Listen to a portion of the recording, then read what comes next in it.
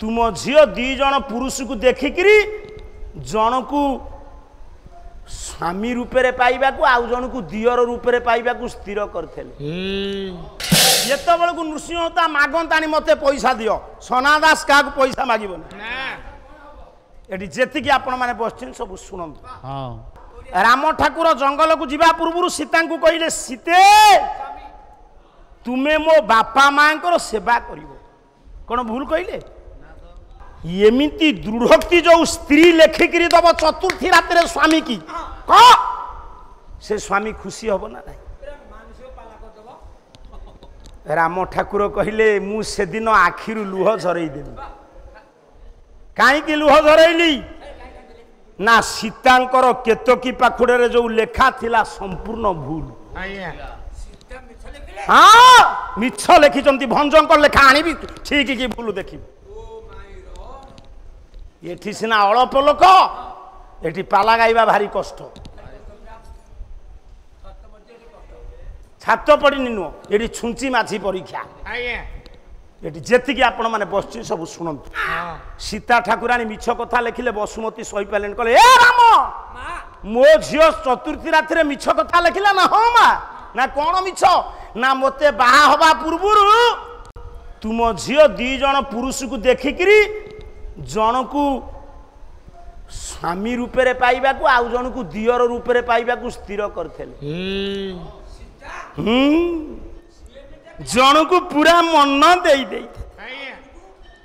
जन को प्रति लालसा आसी आउ जन को देखी गौरवान्वित होते तुम झील मते बाहा हवा पूर्व दी जन को मन दे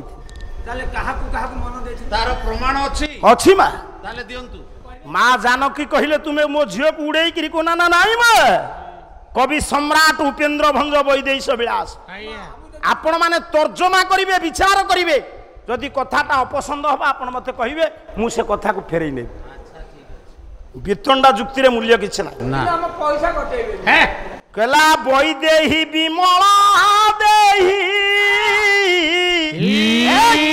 केड़ा बड़ कथा काई कहिलु आमे अनुष्ठान को गले पैसा छिड़े कर जाऊ पैसा छिड़ेची छिड़ेची से कथा 10,000 तू चुप हो जड़े जड़े बियाली मागुणिया था द्वारा साग छिजबनी जा मामलतकारी करेंगे निजुक निमंत्रण नथब आस खाइब आस तू गोटे ये गोटे एते कदर्य ता गाँव में भोजी देवा पड़ो बोली 17 वर्षर पुओ को बाहाघर करदेला कोरोना बेले करना 50,000 गाँव आ समस्त घरे खाई दौचु से 17 वर्षर पुओ बाहाघर होती बोहू आसी कौन है हाँ पाला करी थेई थेई कर नारायण पूजा तो घरे एपर्यंत पोथी पाला है किए बाहर भद्र लोक 5 जन चा पीले कहीं कथा बुलाऊचु कहला बई देही विमला देही कमाल केसरे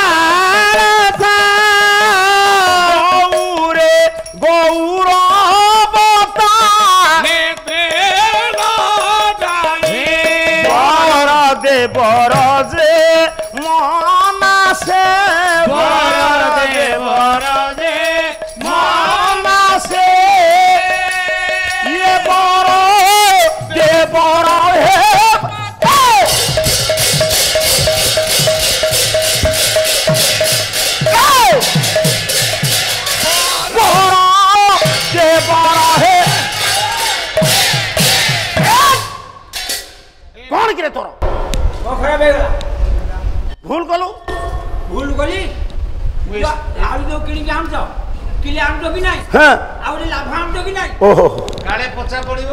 ମୋର ଏଇଟା ଲାଭ। ଠିକ ନା କମ ଚାଲାକି ନୁହଁ। ଭଲ ବେପାରୀ ତୁ। ଆପଣ ମାନେ ବିଜ୍ଞ ପ୍ରାଜ୍ଞ ବିଚାର କରନ୍ତୁ। ଆଜ୍ଞା। ବହୁ ବଡ ବଡ ଗାୟକ ଆପଣ ମାନେ ଶୁଣିଛନ୍ତି। କଣ ସୀତାଙ୍କର ଦୋଷ ନା ସେଦିନ ବିଶ୍ୱାମିତ୍ର ନେଇକିରି ଯାଉଥିଲେ ମିଥିଳାକୁ କାହାକୁ ନା ରାମ ଲକ୍ଷ୍ମଣ ଦି ଭାଇ। ମଉସା ଆଗେ ଆଗେ ବିଶ୍ୱାମିତ୍ରଙ୍କ ପଛରେ ରାମ ତାଙ୍କ ପଛରେ ଲକ୍ଷ୍ମଣ। ସାନୁଜ ଲକ୍ଷ୍ମଣ। ଆଜ୍ଞା ଶୁଣନ୍ତୁ ସାର୍ ବିଶ୍ୱାମିତ୍ରଙ୍କ ସହିତ ଜନକଙ୍କର ଦେଖା ହେଲାଣି? ଧନୁ ଭାଙ୍ଗିବେ କି ନାହିଁ ଆଡମିସନ ହେଲାଣି? କିନ୍ତୁ ସଖୀମାନଙ୍କ ମେଳରେ ସୀତା କୋଠା ଉପରେ ଥିଲେ, ଛାତ ଉପରେ। ମିଥିଳା ରାଜଦାଣ୍ଡରେ ବିଶ୍ୱାମିତ୍ରଙ୍କ ପଛରେ ଦୁଇ ଭାଇଙ୍କୁ ଦେଖିଦେଲେ ସୀତା। କଣ ଭାବି? କାଳିଆ ହେଲେ ରାମ, ଗୋରା ହେଲେ ଲକ୍ଷ୍ମଣ। କଳା ରାମକୁ ଦେଖିକିରି ସୀତାଙ୍କ ମନରେ କୋଠା ଉପରେ ସଖୀମାନଙ୍କ ମେଳରେ ଲାଳସା ଜାଗିଲା। ବିଚାର କରନ୍ତୁ ଏ କଥାକୁ। ଆପଣ ବିଚାର କରନ୍ତୁ। ଆପଣ ମାନଙ୍କର ବିଚାର ହଉଛି ପାଲା। ଆଜ୍ଞା।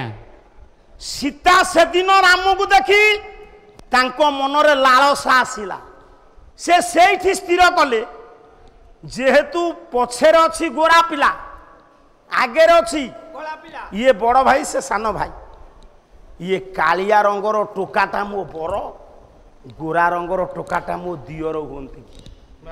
ସେତେବେଳକୁ ଜନକଙ୍କର ବିଶ୍ୱାମିତ୍ରଙ୍କର ଦେଖା ହେଇନି। ଧନୁ ଭାଙ୍ଗିବେ କି ନାହିଁ ଠିକ ନାହିଁ।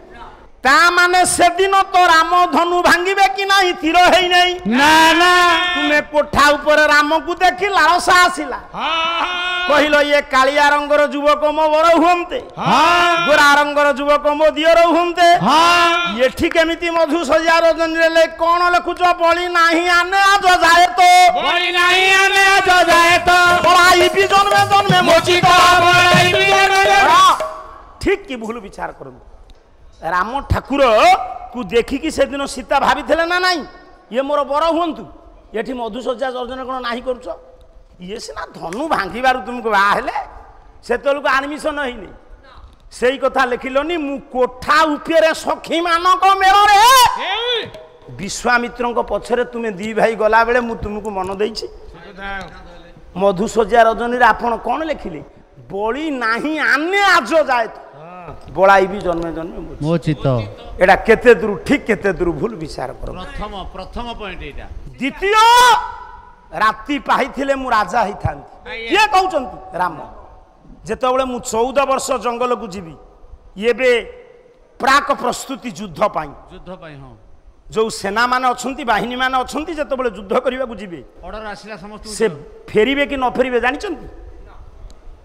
ବାପାଙ୍କ ପାଖରୁ ମାଙ୍କ ପାଖରୁ ବିଦାୟ ନେବେନି। ଅଶ୍ରୁଳ ନେତ୍ରରେ ନିଜ ସ୍ତ୍ରୀ କି କ'ଣ କହିବେ? ମୁଁ ଯାଉଛି, ଫେରିବି କି ନ ଫେରିବି ମୁଁ ଜାଣେ ନା। ମୋ ବାପା ମାଙ୍କର, ମୋ ପିଲାମାନଙ୍କର ଯତ୍ନ ନେବ।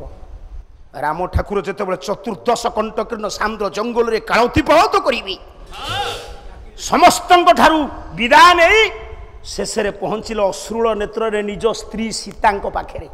ସୀତାଙ୍କୁ ଗୋଟିଏ ପଦ କଥା କହିଥିଲେ ରାମ ଜଙ୍ଗଲକୁ ଯିବା ପୂର୍ବରୁ। କବି ହେଲେ ବାଲ୍ମୀକି, ବହି ହେଉଛି ସଂସ୍କୃତ ରାମାୟଣ। ରାମାୟଣ କଲା ଅଦେଇବ ଯାସ୍ୟାମି ବନଂ ପଙ୍କ୍ତୁଂ ଶଶ୍ରୁ ସମୀପସା ଶୁଶ୍ରୂଷା କୁରୁମେ ମାତୁଃ ନ ମିଥ୍ୟାବାଦୀ ନଂ ଭୟଂ। ଯେତେବେଳକୁ ନୃସିଂହତା ମାଗନ୍ତାଣି ମତେ ପଇସା ଦିଅ, ସନାଦାସ କାହାକୁ ପଇସା ମାଗିବନି।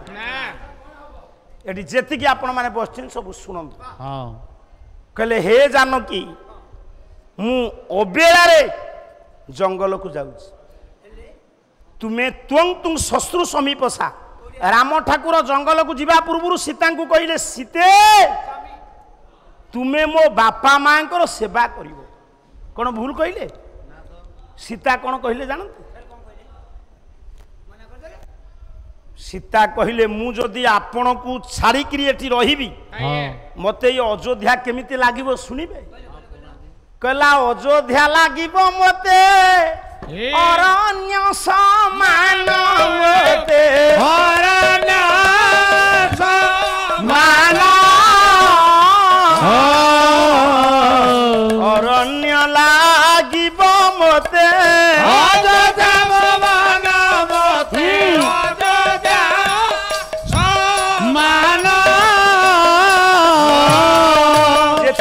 आपण माने बसिचंती स्वामी केते आदर रे कहउचंती मु जंगल को जीवी ती मो बापा मां सेवा करिवो सेवा करिवो ये कुल बहु सीधा सीधा निज स्वामी को आगे कहउचंती मु आउ जदि मु ये जगह आपण को छाड़ी किरी रुहे ये अयोध्या मते लागिवो जंगल परी